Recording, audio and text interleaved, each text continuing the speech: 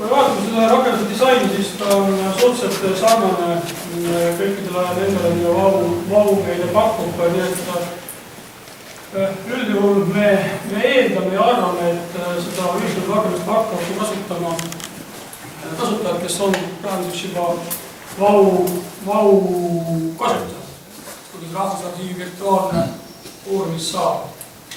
Põhimõtteliselt avalehelt võib üht-teist teada saada allikate kohta, mida siis kasutama saaksid hakata. Siin on põhjalikult sellised selgitused kokku pandud arhivaaride poolt, mis siis seda tausta kõike meile annavad. Siis on näidisvormid, mida saab sisestada. Näiteks kui võtame siin lahti ühe sellise tüüpilise tõduri sissekande, et siis on siin näiteks lahtikirjutus tehtud enda Pirsikuvarva siltidega, ehk siis me näeme, et siin on tegemist siis Julius Kuperjanoviga, kelle sissekanne siis Vana-Kuuste valla nimekirjas siis meie ees on. Juba sisestuskeskkonna endal, siis me näeme veel, et mis allikaid siis meile arhiiv välja pakkunud on. Nad on praegu maakondlikus jaotuses. Harjumaa lahti ütleme siis kutsealuste nimekirja, väärtisuste nimekirja, sama siin teiste maakondade all. Praegu ongi kahte liiki dokumente, kahte sarja, aga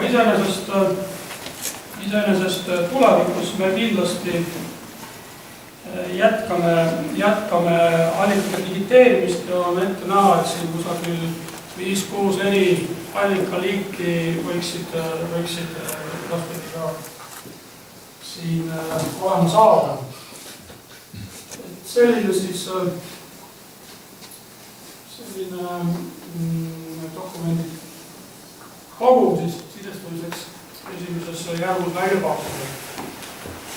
Ja ega mul vist muud rohkem ei olegi käinud öelda, me pärast jätkame töötubadega, kes selle korrusega sügavam huvi on, aga loomulikult, kui ühisloome rakendusega tegemist, siis patt oleks siit vestibüülist lahkuda ilma siis esimest kirjet ühiselt ka selle tekitamist. Ja võib-olla võiski lihtsamalt pihta hakata, et võtta lahti kõige esimene säilikstes nimekirjas Harjumaa alt kutsealuste nimekiri, aga ma pakuksin, et seda võiks meie suvel kaasaelamisel mis pädevamaid meie seas seda teha, ehk siis härra riilusprofessor Aadu Kust.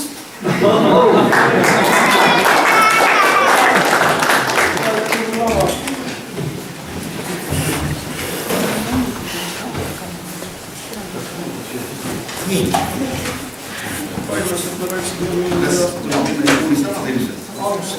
Alustame. Nii, nimekirjani. Ja. Nüüd on näha, et esimene leht tavaliselt on tiitelleht ja siis võiks nagu edasi minna kaadata. Ja võtta näiteks järgmine, siis kolmandast saab juba järgmise. Üleval kohe on riba, kus on protsendile tiidel suurendada. Aadu on väga minunud. Siis tiidile saab tiidel hoides natuke seda kaadrit ka liigutada. Et näiteks paremini sul silmes.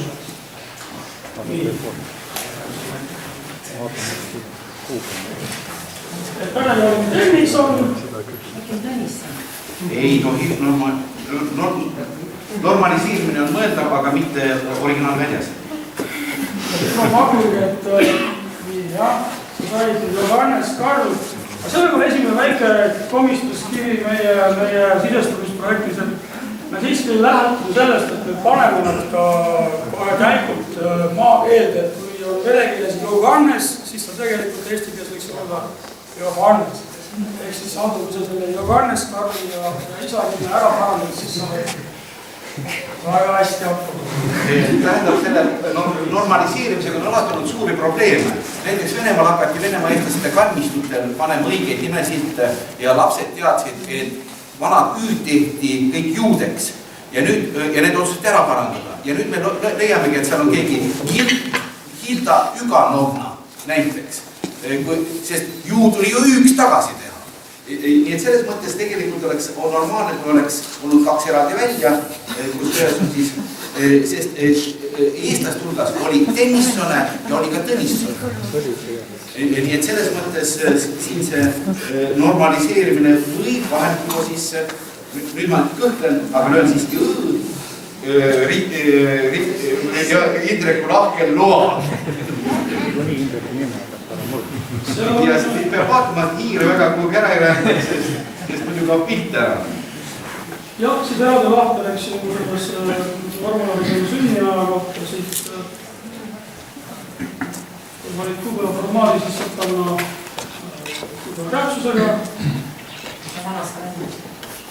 Ja see on nagu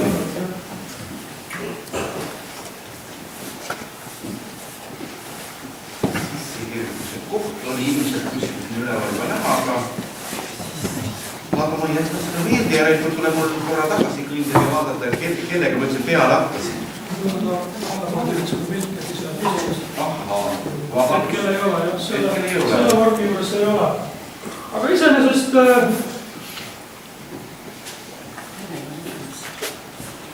Tallinna Harjumaa. Aga jah, midagi täpsemalt siit ka ei leia praegu.